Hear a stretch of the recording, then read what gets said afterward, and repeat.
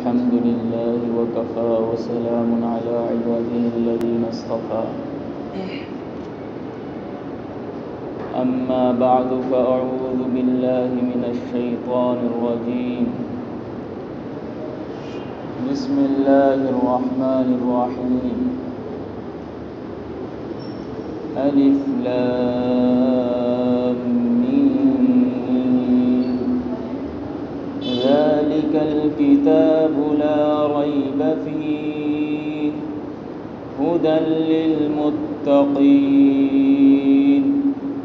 الذين يؤمنون بالغيب ويقيمون الصلاة ومما رزقناهم ينفقون والذين يؤمنون بما أنزل إليك وما أنزل من قبلك وبالآخرة هم يوقنون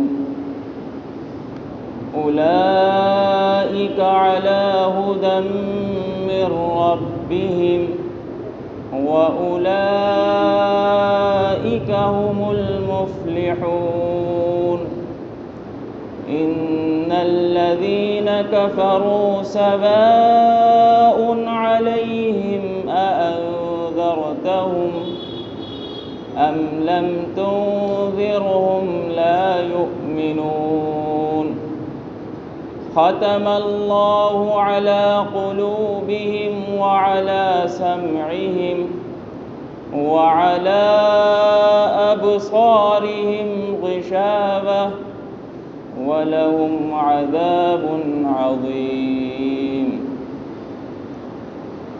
ومن الناس من يقول آمنا بالله وباليوم الآخر وما هم بمؤمنين يخادعون الله والذين آمنوا وما يخدعون إلا أنفسهم وما يشعرون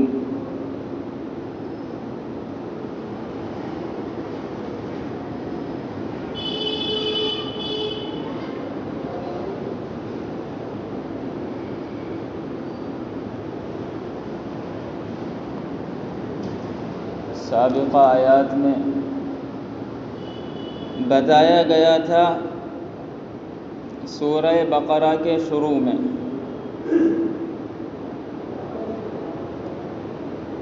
کہ اس کتاب میں کلام پاک میں کسی طرح کا کوئی شک نہیں، جو شک کرتا ہے اس کی دماغ میں خرابی ہے، خلل ہے، ورنہ یہ کتاب ایسی نہیں کہ اس میں شک کیا جائے۔ پھر یہ بتایا گیا تھا کہ یہ متقیوں کے لیے ہدایت ہے، رہنما ہے، گائیڈ کی حیثیت رکھتی ہے۔ متقی کون لوگ ہوتے ہیں، ان کے کچھ اوصاف بیان کیے جا رہے تھے۔ سب سے پہلی صفت اور سب سے پہلی ان کی خوبی یہ بیان کی گئی کہ متقی وہ لوگ ہیں جو غیب پر ایمان رکھتے ہیں۔ دوسری خوبی یہ بیان کی گئی کہ متقی وہ لوگ ہیں جو اقامت صلاۃ کا فریضہ ادا کرتے ہیں، یعنی نماز قائم کرتے ہیں۔ ایک ہی آیت میں تین خوبیوں کا تذکرہ کیا گیا۔ اس آیت کی دو خوبیاں جو متقیوں کے سلسلے میں بیان کی گئی تھیں وہ آپ کے سامنے وضاحت کے ساتھ آ گئی تھیں۔ تیسری خوبی بیان کی گئی کہ متقی وہ لوگ ہیں وَمِمَّا رَزَقْنَاهُمْ يُنْفِقُونَ، اور جو ہم نے روزی دی ہے ان کو اس میں سے خرچ کرتے ہیں۔ یعنی اللہ تبارک و تعالی نے جو مال دیا ہے اس مال سے وہ لوگ خرچ کرتے ہیں۔ سوال یہ پیدا ہوگا کہ ہم دنیا میں دیکھتے ہیں کہ خرچ کرنے والے افراد بہت ہیں، آپ کو ایک بڑی تعداد لوگوں کی ایسی مل جائے گی جو دنیاوی کاموں میں پیسہ خرچ کرتی ہے، اپنا مال خرچ کرتی ہے، اور ایک بڑی تعداد ایسی ہوگی جو دینی کاموں میں اپنا پیسہ خرچ کرتی ہے۔ آیت میں یہ کہا جا رہا ہے کہ متقی وہ لوگ ہیں جو اللہ کی عطا کردہ مال میں سے خرچ کرتے ہیں۔ خرچ کرنے کا مطلب یہ ہے کہ وہ اللہ کے دین پر اور اللہ کے دین کے راستے میں اور اللہ کے دین کی مدد میں خرچ کرتے ہیں۔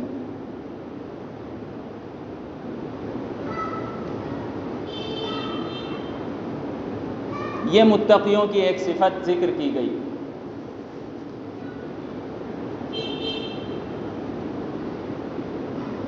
ہونا تو یہ چاہیے تھا کہ جس طرح اللہ تبارک و تعالی نے ہمیں بتایا کہ قرآن تمہارے لیے راہ ہدایت ہے اور تم ان اوصاف کو اپنے اندر پیدا کرو کہ اللہ کے راستے میں مال خرچ کرو، کہ ہم اس پر عامل ہو جاتے، لیکن نتیجہ اس کے برخلاف دیکھا جا رہا ہے کہ لوگ شادی بیاہ کی تقریبات میں اور اپنے دنیاوی کاموں میں، برتھ ڈے کی تقریبات میں اور مختلف موقعوں پہ ہونے والے پروگرامز میں بے شمار دولت پانی کی طرح بہاتے ہیں، لیکن جب بات آتی ہے مسجد کے امام کی یا مدرسے کے مدرس کی یا کسی دین کی بات بتانے والی اور دین کی بات کہنے والے فرد کی، تو پھر یہ کہا جاتا ہے کہ میاں دین کی بات کے کیا پیسے، دین کی بات پہ اجرت۔ یہ تو بہت بہت ہی زیادہ گندی اور غلط بات ہے۔ ایسے لوگوں سے عاجز ایک سوال کرنا چاہتا ہے۔ اللہ کے نبی جناب رسول اللہ صلی اللہ علیہ وسلم کے بارے میں آپ نے سنا ہوگا کہ آپ نے تجارت کی، کاروبار کیا، لیکن آپ کی تجارت صرف نبوت کے ملنے سے پہلے تک ہے۔ ایسا نہیں ہوا کہ آپ نبی بھی بن گئے اور تجارت بھی کرتے رہے۔ کیا مطلب ہے کہ جب آپ کے ذمے اللہ تبارک و تعالی نے نبوت کا کام سونپ دیا اور بتا دیا کہ تمہیں لوگوں میں دعوت و تبلیغ کا فریضہ انجام دینا ہے، تم کبھی بیٹھو گے صفہ کے چبوترے پہ تو تم اس وقت مدرس ہوگے، اور کبھی تم مسجد کے مصلی پہ یا منبر پر بیٹھو گے تو اس وقت تمہاری حیثیت ایک امام کی ہوگی، اور جس وقت تم قوم کے پاس جاؤ گے دین کی باتیں لے کر تو اس وقت تمہاری حیثیت دین کے داعی اور دین کے مبلغ کی ہوگی، اور تمہارا خرچہ یہ لوگ برداشت کریں گے جو تم سے فائدہ اٹھائیں گے۔ کبھی آپ نے نہیں سنا ہوگا کہ اللہ کے نبی نے نبوت کے ملنے کے بعد تجارت کی، کبھی نہیں سنیں گے آپ۔ آج تک کتنے بھی علماء کے آپ بیانات میں بیٹھے ہوں، کسی ایک عالم نے یہ بات آپ کے سامنے ذکر نہ کی ہوگی کہ اللہ کے نبی نے نبوت کے مل جانے کے بعد، رسالت کے مل جانے کے بعد کوئی کاروبار کیا۔ آخر سوال کیا جا رہا ہے ایک آدمی سے جو کہ دین کی بات بتاتا ہے کہ بھائی دین کی بات پہ پیسے نہیں، یہ اس کا تقوی ہے کہ اگر وہ نہ لینا چاہے تو اس کی تقوی کی بات ہے، لیکن یہ ہماری ذمہ داری بنتی ہے کہ جو ہمیں دین کی بات بتا رہا ہے، جو ہمیں امامت کروا رہا ہے، جو منبر پر بیٹھ کر ہمیں دینی باتیں سنا رہا ہے، اور جو در بدر بھٹک کر ہماری دکانوں پر اور ہمارے گھروں کے دروازوں پر پہنچ کر ہمیں دین کی بات بتا رہا ہے، مسجد تک کھینچ کر لا رہا ہے، اس کا خرچہ ہمارے ذمہ ہے۔ کوئی آدمی کبھی یہ نہیں کہتا کہ بھائی ڈاکٹر صاحب یہ کیا بات ہے کہ آپ انسانیت کی خدمت کر رہے ہیں، ایک مریض کا علاج کر رہے ہیں، مریض مرنے والا ہے، بیچارہ بے انتہا پریشان ہے، پیسے اس کے پاس نہیں ہیں اور آپ علاج کرنے کے لیے تیار نہیں ہیں، آپ علاج کے پیسے کیوں لے رہے ہیں؟ کبھی کسی کی زبان سے یہ بات ہم نے نہیں سنی۔ یا کوئی یہ کہنے لگے کہ آپ کے گھر میں جھگڑا ہو گیا، ارے وکیل صاحب آپ تو اس محلے کے وکیل ہیں، اس محلے میں جتنے بھی جھگڑے ہوں گے ان سارے مقدمات کو لڑنا، ان سارے کیسوں کو جھیلنا یہ آپ کی ذمہ داری ہے اور آپ اس پر کوئی اجرت نہ لیجیے۔ کوئی نہیں کہتا۔ یا کبھی ایسا ہوا ہو کہ آپ کی مسجد میں کوئی یا آپ کے گھر میں کوئی عمارت بنانے والا راج مستری آئے، مزدور آئے، آپ یہ کہنے لگے کہ بھائی آپ تو ایک اچھا کام کر رہے ہیں، آپ کسی کا گھر بنانے میں اس کا تعاون کر رہے ہیں، اس کی مدد کر رہے ہیں، تو آپ پیسے کس بات کے لے رہے ہیں؟ اصل تو عرض یہ کرنا ہے کہ ہماری قوم کے سوچنے کا لیول بہت نیچے گر گیا۔ اس نے یہ تو سوچا کہ بھئی یہ وکیل ہے، یہ میرا کام کر رہا ہے تو اس کا خرچہ میرے ذمہ ہے، اور یہ ڈاکٹر ہے، یہ MBBS ہے، یہ BOMS ہے، اور یہ فلاں ہیں، یہ فلاں ہیں، یہ فلاں ہیں، تو ان کا خرچہ تو ہمارے ذمہ ہے، لیکن جو ہمیں دین کی بات بتائے اس کا خرچہ ہمارے ذمہ نہیں، بالکل نہیں ہے اس کا خرچہ ہمارے۔ یہ ہماری قوم کے سوچنے کا انداز ہے۔ اور معذرت کے ساتھ عرض کروں گا، جب یہاں کلام پاک کی تفسیر کی جا رہی ہے، آپ سے بالکل واضح انداز میں کہنا چاہتا ہوں، کسی کی حمایت یا کسی پر صرف تنقید یہ ہمارا مطلب یا ہمارا مقصود نہیں ہے کہ ہم کسی پر صرف تنقید کر دیں یا کسی کی بیجا حمایت کرنے لگیں۔ سب سے زیادہ یہ نظریہ جو پیدا ہوا وہ تبلیغی جماعت کے افراد کے ذریعے سے پیدا ہوا کہ بھائی ہم کام کر رہے ہیں دین کا اور ہم اپنی جان اور اپنا مال لگاتے ہیں، اور یہ دین کا کام کر رہے ہیں اور یہ اپنی جان اور اپنا مال نہیں لگاتے، یہ قوم کے پیسے سے چل رہے ہیں۔ معاف کیجئے گا، جہاں حق بات کہنی ہے وہ حق بات آپ کے سامنے رکھی جائے گی، کوئی اس بات کو برا نہ مانے، غصہ نہ ہو کہ بھئی یہ کیا بات بیان کر رہے ہیں آپ، بالکل صاف بات کی جائے گی آپ سے۔ کہنے والوں نے کہا، خود ہمارے سامنے یہ باتیں آئیں کہ بھئی دین کی بات کے کیا پیسے، ارے اللہ کے بندے کم از کم اتنا تو سوچ لیتا کہ تو نے تو صرف 2.5 گھنٹے دیے اور 2.5 گھنٹے بھی نہ دے سکا، اور کبھی سال میں، کبھی 2 سال میں، کبھی زندگی میں ایک چلہ لگا لیا، کبھی 3 دن لگا لیے، لیکن یہ تو دن رات مدرسے میں ہی بیٹھا ہے، اس کا تو الگ سے کوئی کاروبار نہیں، تو یہ تو تمہارے ذمہ ہے اس کی روزی روٹی اور اس کے سامان اور اس کے اسباب فراہم کرنا، کم از کم اس پہ غور کر لیا ہوتا۔ لیکن نہیں، ہماری قوم جب سوچتی ہے تو وہ صرف اپنی ذات کو سامنے رکھتی ہے اور کسی کی ضروریات کا خیال نہیں کرتی، بالکل نہیں کرتی۔ ہاں، جب کبھی مسئلہ آئے گا تنخواہوں کا یا مدرسوں میں خرچ کرنے کا تو لوگ بڑے حساب سے اور بہت اس طرح کے گویا ہمارا سارا پیسہ گڑھے میں جا رہا ہے، بہت حساب سے وہ پیسے ادا کریں گے۔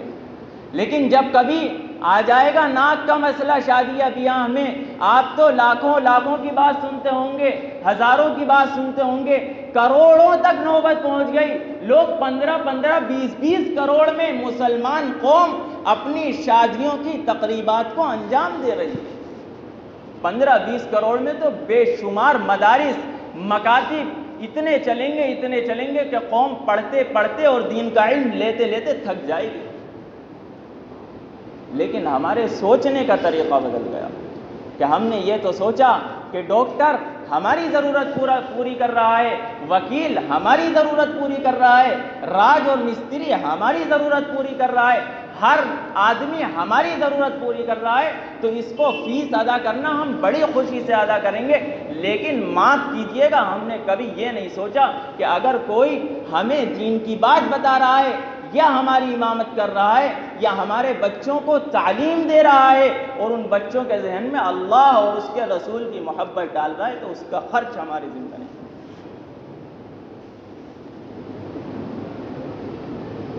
بس یہ کہا گیا کہ یہ وہ کتاب ہے جو راہ بتلاتی ہے ڈرنے والوں کو۔ ڈرنے والے لوگ کون ہیں؟ جو کہ یقین کرتے ہیں بے دیکھی چیزوں کا اور قائم رکھتے ہیں نماز کو، اور جو ہم نے روزی دی ہے اس میں سے خرچ کرتے ہیں۔ اور یہ بھی یاد رکھیے کہ روزی کا مطلب صرف یہ نہیں کہ اللہ نے آپ کو مال دیا ہے تو آپ مال خرچ کر دیں، نہیں، روزی کا مطلب یہ نہیں۔ روزی کا مطلب تو یہ ہے کہ اللہ نے جس صلاحیت سے آپ کو نوازا ہے، آپ کے اندر اگر بولنے کی صلاحیت ہے تو اپنی بولنے کی صلاحیت کو اللہ کے دین پہ لگائیے۔ آپ کے اندر اگر ہمت ہے، لڑنے کی طاقت ہے، آپ اپنے لڑنے کی طاقت کو اللہ کے راستے میں لگائیے۔ آپ کے پاس پیسے نہیں لیکن آپ کے پاس بے شمار کپڑے موجود ہیں، اور باہر بہت سارے لوگ غریب ہیں جن کے پاس 1 جوڑی یا 2 جوڑی کپڑے ہیں۔ آپ اپنے زائد کپڑے اور وہ عیش کے کپڑے جو 30 اور 60 جوڑے آپ کے الماریوں میں بھرے ہوئے ہیں، انہیں نکالیے اور اللہ کے راستے میں دیجیے۔ صرف پیسے کا یا دولت کا خرچ کرنا مراد نہیں، بلکہ جو بھی چیز اللہ نے آپ کو دی ہے اس چیز کو اللہ کے راستے میں خرچ کیجیے، تاکہ وہ کل قیامت کے دن ہمارے لیے ذخیرہ بن کر سامنے آئے۔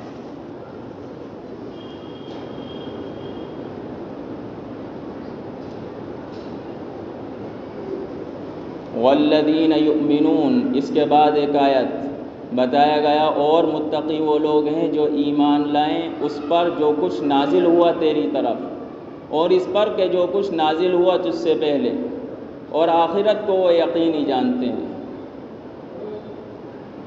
یہ متقیوں کی صفات بیان کی جا رہی ہیں۔ کہا جا رہا ہے کہ متقی وہ لوگ ہیں جو ایمان لائے اس کتاب پر جو نازل کی گئی اللہ کے نبی جناب رسول اللہ صلی اللہ علیہ وسلم کی جانب، اور ان کتابوں پر بھی ایمان لائے جو اللہ کے نبی کے مبعوث ہونے سے پہلے نازل کی گئیں، یعنی موسیٰ علیہ السلام پر توریت، اور داؤد علیہ السلام پر انجیل، داؤد علیہ السلام پر زبور، اور حضرت عیسیٰ علیہ السلام پر انجیل۔ ایک اشارہ اس آیت سے ملتا ہے، آپ کے سامنے ذکر کیا جاتا ہے۔ ہم کہتے ہیں اللہ کے نبی جناب رسول اللہ صلی اللہ علیہ وسلم خاتم النبیین ہیں، آپ کے بعد کوئی نبی آنے والا نہیں۔ کیوں کہتے ہیں کہ آپ کی شریعت ہی قیامت تک رہے گی؟ اگر آپ کے بعد کوئی نبی اور آنے والا ہوتا تو اللہ کہتا کہ متقی وہ لوگ ہیں جو ایمان رکھتے ہیں ان کتابوں پر جو اے نبی تم سے پہلے نازل کی گئی اور تمہارے بعد نازل کی جائیں گی۔ لیکن یہاں بات کا کوئی تذکرہ نہیں۔ اس کا مطلب یہ ہے کہ جو عادیانی، قادیانی وغیرہ آئے یہ سب جھوٹے ہیں، کذاب ہیں۔ ہم ان کی طرف دیکھنا تو کیا، ان پہ تھوکنا بھی گوارا نہیں کرتے۔ ہم اللہ کے نبی کی اللہ کے نبی کی ختم نبوت کا ڈنکے کی چوٹ پر اعلان کرتے ہیں، اور اپنے سینوں میں یہ عقیدہ محفوظ رکھتے ہیں کہ اللہ کے نبی کے بعد کوئی نیا نبی نہیں آئے گا، صرف عیسیٰ علیہ السلام تشریف لائیں گے۔ وہ احادیث سے ثابت ہے اور وہ پہلے آ بھی چکے ہیں، کوئی نیا نبی نہیں آئے گا۔ وَبِالْآخِرَةِ هُمْ يُوقِنُونَ، اور متقیوں کی ایک صفت یہ ہے کہ وہ آخرت کو یقینی جانتے ہیں، یعنی انہیں اس بات کا یقین ہے کہ ہم جو عمل انجام دے رہے ہیں یا اس دنیا میں جو بھی کام کر رہے ہیں، آخرت میں اور کل قیامت کے دن اللہ تبارک و تعالی اس کا سوال کریں گے۔ ہم سے پوچھا جائے گا کہ بھائی، آتا ہے روایت میں 5 چیزوں کے بارے میں، کچھ روایتوں میں ہے کہ 6 چیزوں کے بارے میں سوال کیا جائے گا۔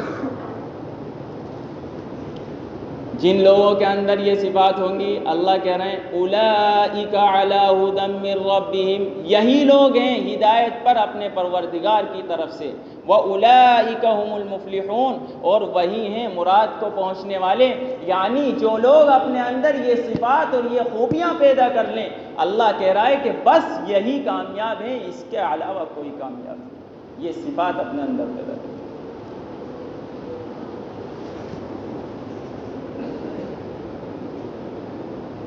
اب ایک آیت جو بہت اہم ہے،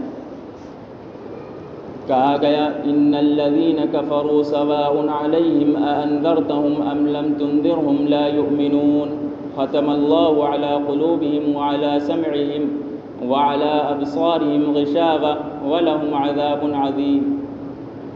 فرما رہے ہیں اللہ بے شک جو لوگ کافر ہو چکے برابر ہے ان کو تو ڈرائے یا نہ ڈرائے وہ ایمان نہیں لائیں گے۔ مہر کر دی اللہ نے ان کے دلوں پر اور ان کے کانوں پر اور ان کی آنکھوں پر پردہ ہے اور ان کے لیے بڑا عذاب ہے۔ کہا گیا اللہ کے نبی جناب رسول اللہ صلی اللہ علیہ وسلم سے، ٹھیک ہے ہم نے آپ کو ایک ذمہ داری دی ہے، ایک ذمہ داری ہم نے آپ کو سونپی ہے نبوت کے کام کی، دین کے دعوت کے کام کی،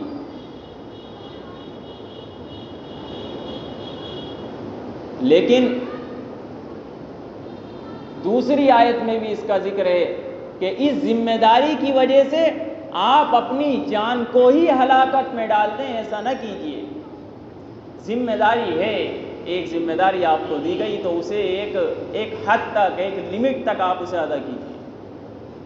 تو وہی کہا جا رہا ہے کہ یہ جو کافر ہیں، اللہ کا انکار کرنے والے ہیں، سواء علیہم اانذرتہم ام لم تنذرہم، ان کے اوپر برابر ہے کہ آپ انہیں اللہ کے عذاب سے ڈرائیں یا نہ ڈرائیں، لا یؤمنون، یہ کبھی ایمان لانے والے نہیں ہیں۔ کیا مطلب ہے کہ جن کافروں نے اللہ کا اتنا انکار کیا اور اتنا اللہ کے نبی کی لائی ہوئی اس کتاب قرآن کریم کو جھٹلایا اور آپ کی احادیث کو جھٹلایا اور آپ کو تکلیفیں دی اور اتنی تکلیفیں دی، اللہ کہہ رہا ہے جب یہ بھی حد سے آگے بڑھ گئے تو اے نبی اب یہ ایمان نہیں لائیں گے، ہم نے اس کا فیصلہ کر دیا۔ ایمان لوگ لاتے رہتے ہیں، آپ کسی کو دعوت دیں گے ہو سکتا ہے اس کا دل نرم ہو جائے، لیکن یہ آیت ان لوگوں کے بارے میں ہے جو دین کے معاملے میں بالکل ڈھیٹ ہو گئے اور جنہوں نے انکار پہ انکار کرنا شروع کر دیا اور وہ رکے نہیں۔ انہوں نے کبھی قرآن کریم کو نور سمجھ کر اور قرآن کریم کو گائیڈ سمجھ کر، قرآن کریم کو ہدایت کی کتاب سمجھ کر نہیں سنا، نہیں سمجھا۔ اللہ کہہ رہے ہیں ان کے دلوں پہ ہم نے ٹھپا مار دیا، اب یہ ایمان نہیں لائیں گے، اب ان کا راستہ صرف جہنم، بس جہنم۔ ختم اللہ علی قلوبہم وعلی سمعہم، ان کے دل پہ بھی ہم نے مہر لگائی اور ان کے کانوں پر بھی ہم نے ٹھپا مار دیا کہ یہ اب دین کی بات کو نہ تو سنیں گے اور نہ اپنے دلوں میں اس کو بٹھائیں گے، بالکل ٹھپا لگا دیا، اب یہ ایمان نہیں لائیں گے۔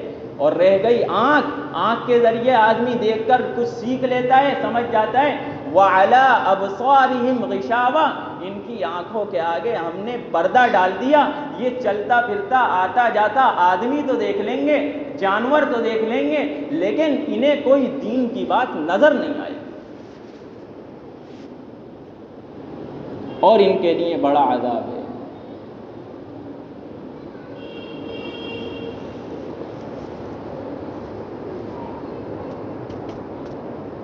اب یہ آیت تو ہے کافروں کے بارے میں، غیروں کے بارے میں، لیکن اب توجہ دے دیجیے،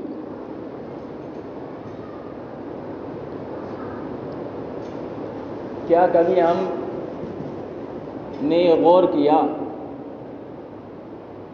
کہ اللہ نے کافروں کے بارے میں تو یہ کہہ دیا کہ یہ ایمان نہیں لائیں گے، اور یہ ایمان اس لیے نہیں لائیں گے کہ انہوں نے آپ کی باتوں کو ماننا ہی چھوڑ دیا۔ کیا کبھی ہم نے یہ غور کیا کہ یہ جو آیت ہے کیا یہ ہمارے اوپر صادق نہیں آتی؟ ہم نے بھی یہی کیا اپنی زندگیوں کے ساتھ اور اپنے جسموں کے ساتھ اور اپنی ذاتوں کے ساتھ، ہم نے یہ کھلواڑ کیا کہ ہم دین کی باتیں سنتے گئے اور اپنے اعمال سے ان کا انکار کرتے گئے۔ اب اللہ سے اس بات کی پناہ چاہتے ہیں کہ اللہ ہمارے کانوں اور ہمارے دلوں پر ٹھپا نہ لگا دے۔ بھئی ایک کافر میں اور ایک مسلمان میں کیا فرق رہا کہ ایک کافر نے بھی رسول سے دین کی باتیں نری سنی اور اس نے تو زبان سے انکار کیا، لیکن ہم زبان سے انکار نہ کر سکے، ہم نے اپنے اعمال سے نکار دیا اللہ کے نبی کی سنت۔ کہا جاتا ہے، کیا تذکرہ کیا جائے، کہا جاتا ہے جب کبھی کسی کے یہاں شادی کی تقریب ہوتی ہے یا خوشی کی تقریب ہوتی ہے کہ بھئی جتنے بھی لوگ ناراض ہیں ان کو سب کو راضی کیا جائے، لوگ بہت پرانی دشمنیاں ختم کرنے پہ تل جاتے ہیں کہ بھئی انہیں راضی کر لو، یہ خوشی کا موقع ہے، ہمارے خوشی کے موقع میں، خوشی کے پروگرام میں، خوشی کی تقریب میں سب شریک ہونے چاہیے، انہیں راضی کرو، جاؤ انہیں مناؤ کسی بھی طریقے سے، ہم خود جائیں گے چل کر۔ لیکن کیا کبھی ہم نے یہ سوچا کہ جن خوشی کی تقریبات میں ہم نے سارے دنیا والوں کو، سارے کے سارے لوگوں کو اور سارے اپنے متعلقین کو، سارے اپنے رشتہ داروں کو، ملنے جلنے والوں کو راضی کرنے کی کوشش کی، اور ہم نے اللہ کے نبی کو اس طرح ناراض کیا کہ ہم اپنی زندگی کے کسی گوشے میں اللہ کے نبی کو اتنا ناراض نہیں کرتے۔ بس بات یہی ہے کہ ایک تو لوگوں کے سامنے باتیں ہی نہیں آئیں،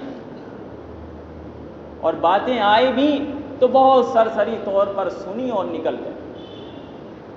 ذرا سوچتا مسلمان کہ میں جس تقریب میں اور جس پروگرام میں ہر ایک کو راضی کرنے کی کوشش کر رہا ہوں، کاش کہ میں اللہ کے نبی کو بھی راضی کر لیتا،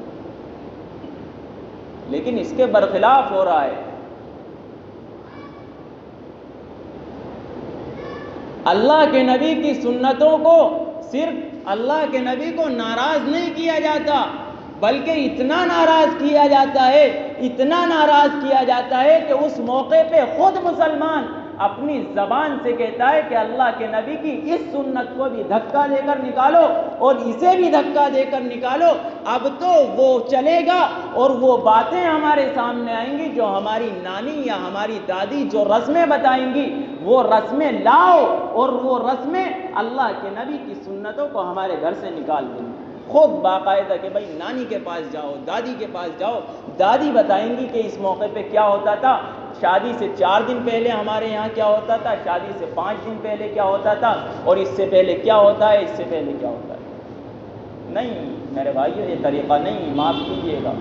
طریقہ یہ ہے کہ جب ہمارے یہاں کوئی تقریب ہو یا ہم کوئی خوشی کی یا غمی کی تقریب میں شرکت کریں، ہم کسی عالم سے، کسی اللہ والے سے، کسی دین کی سمجھ رکھنے والے سے رابطہ کریں، آپ بتائیے یہ خوشی ہمیں کس طرح منانی ہے۔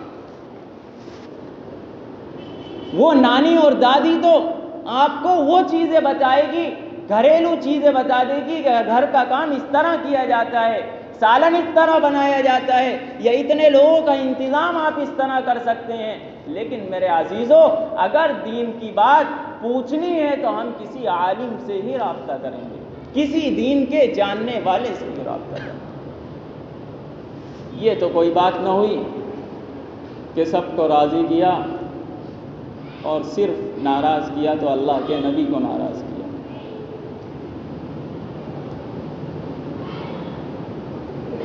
یاد رکھیے، بہت مرتبہ کہا جا رہا ہے اگر ہمارا عمل یہی رہا اور ہم نے اپنے آپ کو بدلنے کی کوشش نہ کی تو اللہ نہ کرے کہیں ایسا نہ ہو جائے کہ ہمارے دلوں پہ اللہ ٹھپا لگا دے کہ نہیں اب یہ باز نہیں آئیں گے، ان کا بھی راستہ وہی ہے۔ اس لیے احتیاط کی بہت سخت ضرورت ہے، اپنے آپ کو دین پر لانے کی کوشش کیجیے۔ یہ بات صرف آپ سے عرض نہیں کی جا رہی، میں اپنے آپ سے بھی عرض کر رہا ہوں کہ اپنے آپ کو دین پر لانے کی کوشش کیجیے۔ آپ نے یہاں باتیں سننی، بتائیے اسے، ہر ہفتے کہا جاتا ہے اپنے گھروں میں جا کے تذکرہ کیجیے ان دینی باتوں کا۔ ہفتے میں اگر ایک آدھ مرتبہ، 1-2 مرتبہ، 1-8 گھنٹے کے لیے، 15-20 منٹ کے لیے اگر دینی بات کا تذکرہ ہو جائے تو میں سمجھتا ہوں کہ کوئی بری بات نہیں، آپ کی ذمہ داری ہی ادا ہوگی۔ بستی میں رہنے والے، ملنے جلنے والے اپنے ساتھیوں سے کہیے، بتائیے انہیں کہ اب ہم سے بہت سخت مطالبہ ہے، دین ہم سے قربانی چاہ رہا ہے۔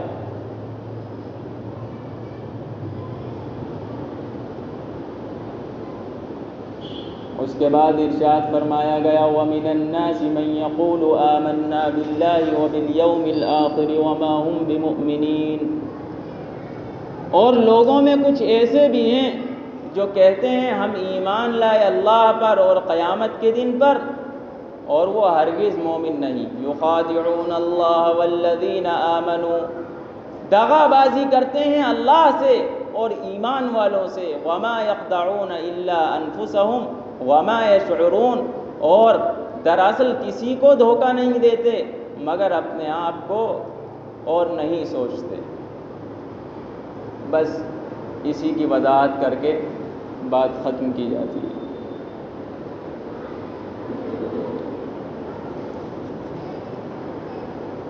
اللہ کے نبی جب مدینہ تشریف لے گئے،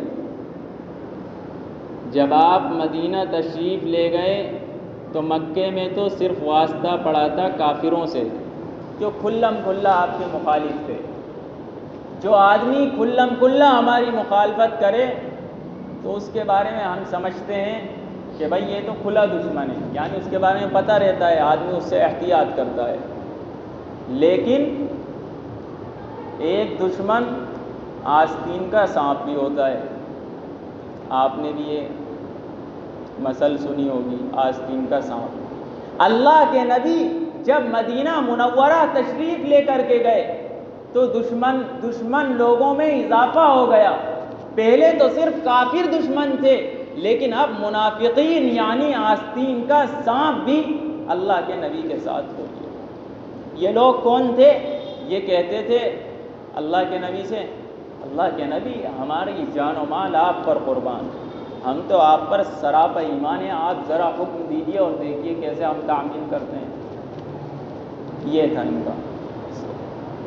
اور جب کافروں کے پاس پہنچ گئے، یہودیوں کے پاس پہنچ گئے تو کہتے تھے کہ ہم تو آپ ہی کو مانتے ہیں، آپ کے علاوہ کسی کو نہیں مانتے، انہیں تو ہم ایسی مذاق کر رہے ہیں ان کے ساتھ، انہیں الو بنا رہے ہیں جسے اس زبان میں کہا جاتا ہے۔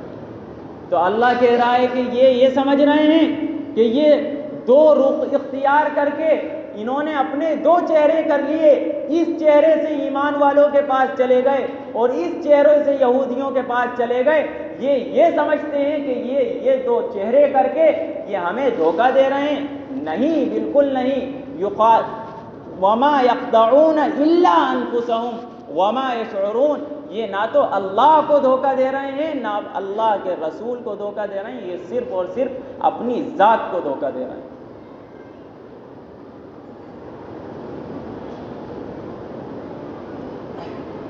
یہ جو دو رخی ہے نا، دو رخی، اس کی حدیث میں برائی بیان کی گئی ہے، مذمت بیان کی گئی ہے۔ کفر جو ہے یہ ہر زمانے میں الگ الگ انداز سے آتا ہے، الگ الگ انداز سے۔ کفار آپ پر اپنا ایک حربہ آزما لیں گے، لیکن جب دیکھیں گے کہ یہ کامیاب نہیں ہو رہا تو آپ دوسرا حربہ لے آئیں گے، پھر تیسرا ہتھیار، پھر چوتھا ہتھیار۔ RSS ایک تنظیم ہے، آپ سب واقف ہوں گے اس سے۔ انہوں نے بڑی محنت کی کہ مسلمان کو اس کے دین سے ہٹا دیا جائے، اور کسی حد تک یہ کامیاب بھی ہوئے، لیکن جب انہوں نے دیکھا کہ کھلے چہرے سے کام چلنے والا نہیں، ایک چہرے سے مسلمان ہمیں اپنا دشمن سمجھتا ہے، تو انہوں نے ہماری جماعت میں سے، ہماری قوم میں سے میر جعفر اور میر صادق تلاش کیے کہ بھائی کچھ ہمارے جوتا چاٹنے والے مسلموں میں سے ہونے چاہیے، علماء میں سے ہونے چاہیے، وکلا میں سے ہونے چاہیے، ججز ہونے چاہیے جو ہمارا جوتا چاٹیں اور مسلمان قوم کو ہماری طرف لے آئیں۔ جب مسلمان قوم ہمارے ہاتھ میں آ جائے گی تو ہم اس کے دل سے اس کا ایمان نکال لیں گے۔ اور انہوں نے 2002 میں مسلم راشٹریہ منچ ایک کمیٹی تشکیل دے دی کہ بھائی یہ کمیٹی ہے۔ یہ دو رخی کے اوپر بتا رہا ہوں، منافقین بھی یہی کرتے تھے۔ یاد رکھیے، بالکل وضاحت کے ساتھ آپ کے سامنے تذکرہ کیا جا رہا ہے۔ جس طرح منافقین نے یہ کام کیا کہ اللہ کے نبی کے سامنے آئے اور کہا اللہ کے نبی ہم آپ کے، اور یہودیوں کے پاس، غیروں کے پاس گئے تو کہا کہ ہم آپ کے، بالکل اسی طرح وہ افراد کر رہے ہیں جو مسلم راشٹریہ منچ میں کے اندر ہیں۔ بالکل وہ یہ کہتے ہیں جب آتے ہیں مسلمانوں کے پاس کہ بھائی ہم آپ کے، اور جب آتے ہیں غیروں کے پاس تو کہتے ہیں ہم آپ کے۔ یاد رکھیے یہ بات اس لیے آپ کے سامنے ذکر کی جا رہی ہے کہ اللہ جانے آگے کے حالات کیسے ہوں، لیکن آپ کے سامنے وضاحت کرنی ضروری ہے۔ بہت سارے مسلمان بڑا نرم رویہ رکھتے ہیں اس کے بارے میں کہ بھائی RSS تو ایک صاحب مل گئے مجھے اس لیے میں اسے ذکر کر رہا ہوں کہ یہ منافق اب بھی پائے جاتے ہیں جو کہتے ہیں کہ ہم ایمان والے تو ہیں لیکن آپ کے دین کے خلاف کام میں لگے ہوئے ہیں۔ اس میں قاسمی بھی ہیں، اس میں وکیل بھی ہیں، اور کچھ ندوی بھی ہیں، کچھ مظاہری بھی انہوں نے خرید لیے، بڑے بڑے اداروں سے فارغ علماء انہوں نے خرید لیے۔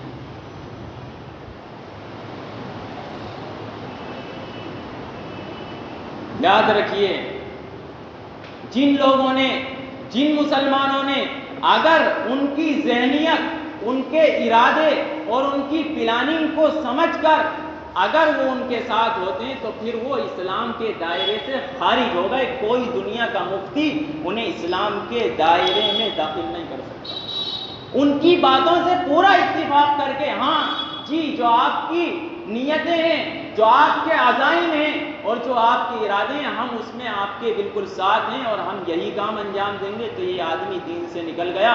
اس لیے کہ RSS صرف مسلمان کو اعمال سے نہیں ہٹاتی، RSS تو مسلمان کو دین سے ہٹانے کا کام کرتا ہے۔ مسئلہ آیا قربانی کے موقع پر، کہہ دیا گیا یہ قربانی کیا ہے؟ آپ جانور کی جان لے رہے ہیں، یہ جان لینے کا کیا مطلب ہے؟ اور بہت سارے مسلمان ان کے دھوکے میں آ گئے، طلاق ثلاثہ کے خلاف پورے ملک میں تحریک چلا دی کہ بھئی طلاق ثلاثہ تو عورت پر ظلم ہے۔ جس وقت CAA کے احتجاج ہوئے، مظاہرے ہوئے، اس وقت جب پوری قوم ایک ساتھ جمع ہو گئی، فرقہ بندیاں ختم ہو گئیں، اس وقت مسلم راشٹریہ منچ کا کام یہ تھا کہ اس وقت CAA کی حمایت میں جگہ جگہ انہوں نے پروگرام کیے، مسلمانوں کو سمجھانے لگے کہ CAA تمہارے فائدے کے لیے۔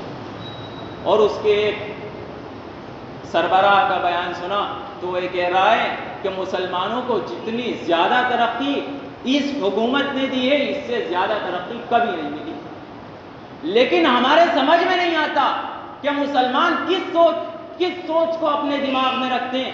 کوئی کتا یا کوئی کمینہ، کوئی خنزیر جو ہر وقت آپ کی دشمنی میں لگا ہوا ہے، جو آپ سے آپ کا ایمان چھیننا چاہتا ہے، جو سب سے زیادہ عزیز ہے ہمیں، ہماری جانوں سے زیادہ عزیز، ہمارے مال سے زیادہ عزیز، ہمارے گھر والوں سے زیادہ عزیز، جن کا پروگرام ہی یہی ہو، جن کی پلاننگیں یہی ہوں، جن کی منصوبہ بندیاں یہی ہوں، اگر انہوں نے ایک لفظ ہمارے بارے میں اچھائی کا بول دیا تو بڑے خوش ہو جاتے ہیں کہ بھئی انہوں نے آج ہمارے بارے میں یہ بیان دیا ہے۔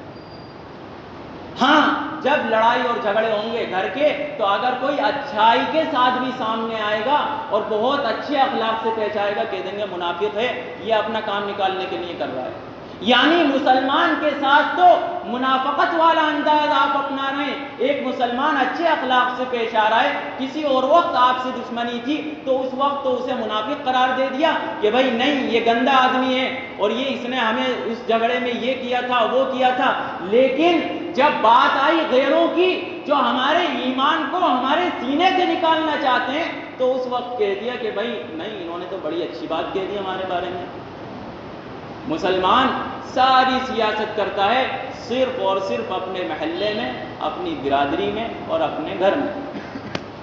جہاں اصل سیاست کرنی ہے وہاں جو ہے اس کی عقل کام نہیں کرتی، اور کام اسی لیے نہیں کرتی کہ دین کے جو بنیادی اعمال ہیں ان پر بھی وہ ان کو فالو کرنے کے لیے یا ان کی اتباع کرنے کے لیے تیار نہیں، بالکل تیار نہیں۔ یہ کیا بات ہے کہ آپ اپنے گھر میں سیاست کر رہے ہیں، آپ مسجد میں سیاست کر رہے ہیں، آپ مدرسے میں سیاست کر رہے ہیں، آپ نے چھوٹی سی کوئی تنظیم بنا لی اس میں سیاست کر رہے ہیں کہ یہ آدمی ایسا اور یہ ایسا اور یہ ایسا، 10 طرح کی سیاستیں یہاں چل رہی ہیں، لیکن جو لوگ ہمارے پورے 101% مخالف ہیں، 100 نہیں 101% مخالف ہیں، انہوں نے ذرا سا ایک لفظ بول دیا اور خوشی سے پھولے نہیں سماتے، گویا کہ اللہ کی طرف سے یہ تحفہ دے دیا گیا کہ موت کے بعد ڈائریکٹ جنت میں بھیجا جائے گا، یہ سمجھتے ہیں اس کے بیان۔ یاد رکھیے یہ منافقین ہیں، اور منافقین کے بارے میں کہا گیا ان المنافقین فی الدرک الاسفل من النار، کہ منافقین کافروں سے بھی زیادہ نچلے حصے میں جائیں گے۔ کبھی ان لوگوں سے ہمیں دھوکے میں پڑنے کی ضرورت نہیں ہے، یہ منافق ہیں، اور اس پر دلائل آپ کہیں گے تو ہمارے سامنے اسی طرح کی باتیں بیان کر رہا ہے، اس پر دلائل ہر نیوز ہے، ہر خبر ہے، آپ جا کر گوگل پہ سرچ کیجئے، آپ اخبارات پڑھیے، آپ نیوز سنیے یا پڑھیے، ان کی تحقیق کیجئے، سرچ کیجئے، آپ کے سامنے ساری حقیقت روز روشن کی طرح عیاں ہو جائے گی کہ یقینی طور پر۔ لیکن اس کے باوجود بھی اتنے سارے دلائل ہونے کے باوجود، لاجکس ہونے کے باوجود، مسلمان کے سمجھ میں اب بھی یہ نہیں آ رہا کہ ہمارا حمایتی کون ہے اور ہمارا مخالف کون ہے۔ اور لوگوں میں کچھ ایسے بھی ہیں جو کہتے ہیں ہم ایمان لائے اللہ پر اور قیامت کے دن پر، اور وہ ہرگز مومن نہیں، دھوکہ دیتے ہیں وہ اللہ کو اور ایمان والوں کو، اور اصل میں کسی کو دھوکہ نہیں دیتے مگر اپنے آپ کو۔ فی قلوبہم مرض فزادہم اللہ مرضا، ان کے دلوں میں بیماری ہے اور اللہ نے ان کی بیماری میں اضافہ کر دیا۔ وَلَهُمْ عَذَابٌ أَلِيمٌ بِمَا كَانُوا يَكْذِبُونَ، اور ان کے لیے دردناک عذاب ہے اس بات پر کہ یہ جھوٹی باتیں کرتے تھے۔ تو سمجھ لیجئے جو چیزیں چل رہی ہیں انہیں بہت سنجیدگی کے ساتھ اور غور و فکر کے ساتھ لینے کی ضرورت ہے۔ یہ دنیا میں کوئی کھیل نہیں ہو رہا، کھیل ہو نہیں رہا ہے، لوگ کھیل کر رہے ہیں آپ کی زندگیوں کے ساتھ، آپ کے ایمان کے ساتھ، آپ کی نسلوں کے دین کے ساتھ، یہ کھیل کیا جا رہا ہے۔ تو اس کھیل کو سمجھنے کی ضرورت ہے، صرف اس کھیل کو ہم تفریحی انداز میں نہ لینے کہ بھئی یہ تو ایک تفریح ہو رہی ہے، کھیل ہوا اور ختم ہو گیا۔ وآخر دعوانا دعا کر دیجیے۔ اللهم لك الحمد كله ولك الشكر كله لا نحصي ثناء عليك أنت كما أثنيت على نفسك الحمد لله رب العالمين الرحمن الرحيم مالك يوم الدين اللهم لك الحمد حمدا دائما مع دوامك ولك الحمد حمدا خالدا مع خلودك ولك الحمد حتى ترضى ولك الحمد بعد الرضا ولك الحمد على كل حال اللهم صل وسلم وبارك على سيدنا ونبينا ومولانا محمد وعلى آل سيدنا ونبينا ومولانا محمد كما تحب وترضى عدد ما تحب وترضى اللهم ربنا ظلمنا أنفسنا وإن لم تغفر لنا وترحمنا لنكونن من الخاسرين يا حي يا قيوم برحمتك نستغيث أصلح لنا شأننا كله ولا تكلنا إلى أنفسنا طرفة عين اللهم اهدنا واهد بنا واجعلنا سببا وسبيلا لمن اهتدى اللهم اجعلنا هادين مهتدين ولا تجعلنا ضالين مضلين اللهم اهدنا فيمن هديت وعافنا فيمن عافيت وتولنا فيمن توليت وبارك لنا فيما أعطيت وقنا شر ما قضيت فإنك تقضي ولا يقضى عليك إنه لا يذل من واليت ولا يعز من عاديت تباركت ربنا وتعاليت نستغفرك ونتوب إليك اللهم إنا نسألك الهدى والتقى والعفاف والغنى اللهم إنا نسألك الجنة ونعوذ بك من النار اللهم يا من أمره بين الكاف والنون ومن إذا أراد شيئا أن يقول له كن فيكون أن تنصر الإسلام والمسلمين وأنجز وعدك وكان حقا علينا نصر المؤمنين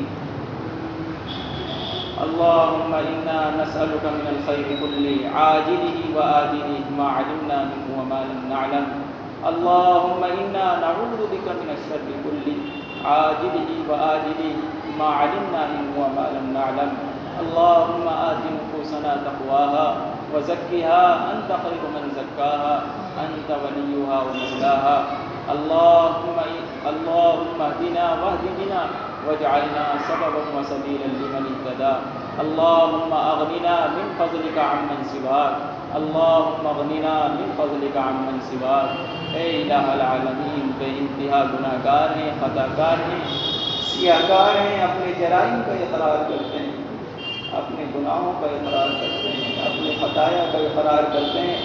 الہ العالمین، ہم چری بن کے آپ کے سامنے نہیں حاضر ہوئے، ہم تو اپنی گردنیں جھکائے ہوئے ہیں، اپنے ہاتھ پھیلائے ہوئے ہیں. اے کریم اللہ، ہمارے ہاتھوں میں رحمت عطا فرما، ہمارے گناہوں کو معاف فرما دے، معاف فرما دے. الہ العالمین معاف فرما دے. الہ العالمین، ہم نے بہت گناہ کیے، اقرار کرتے ہیں اپنے گناہوں کا. الہ العالمین، کیا جلوت، کیا خلوت، کیا لوگوں کے سامنے اور کیا لوگوں کے بعد تنہائی میں.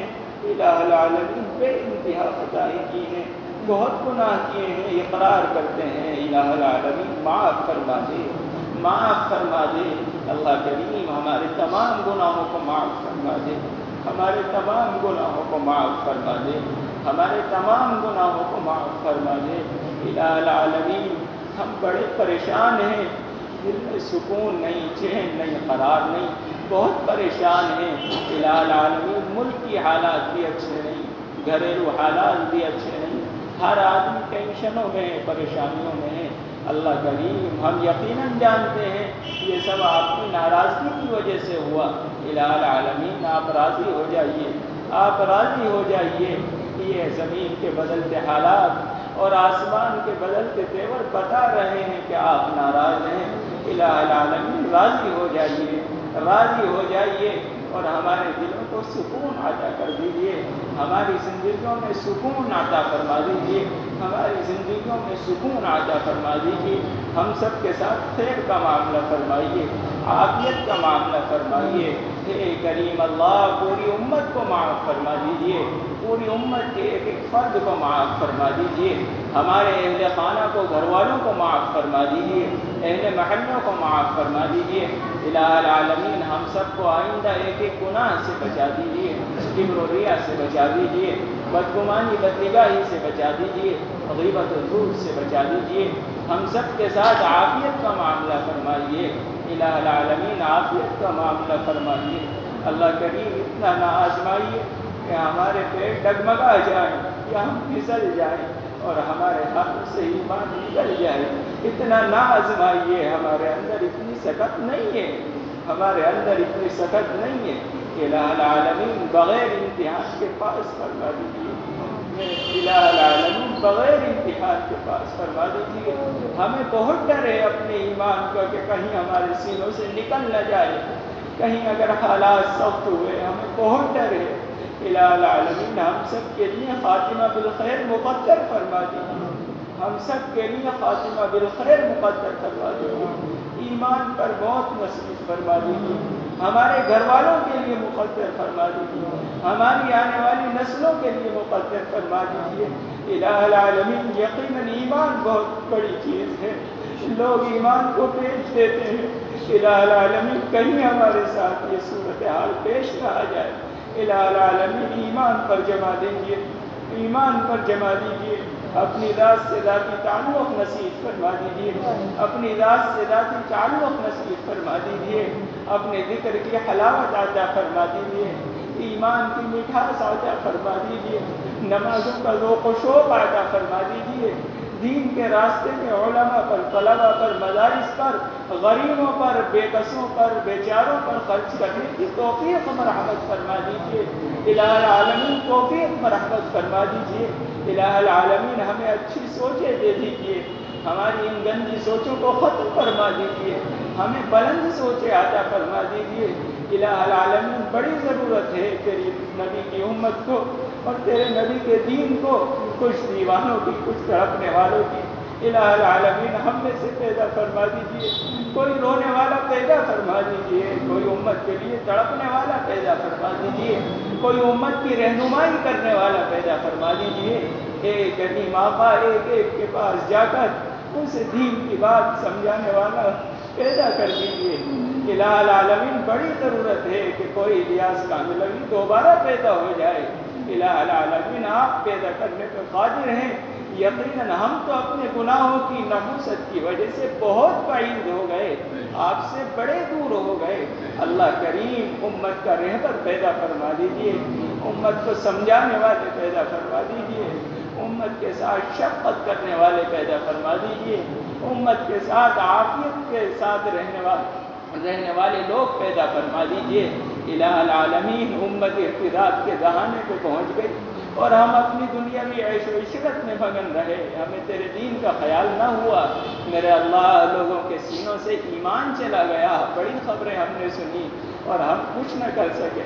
کہیں کل قیامت کے دن نبی ہمارا گریبان نہ پکڑ لے کہ ہم نے عیش و عشرت میں پوری زندگی گزاری اور نبی کے دین کے لیے کچھ نہ کر سکے۔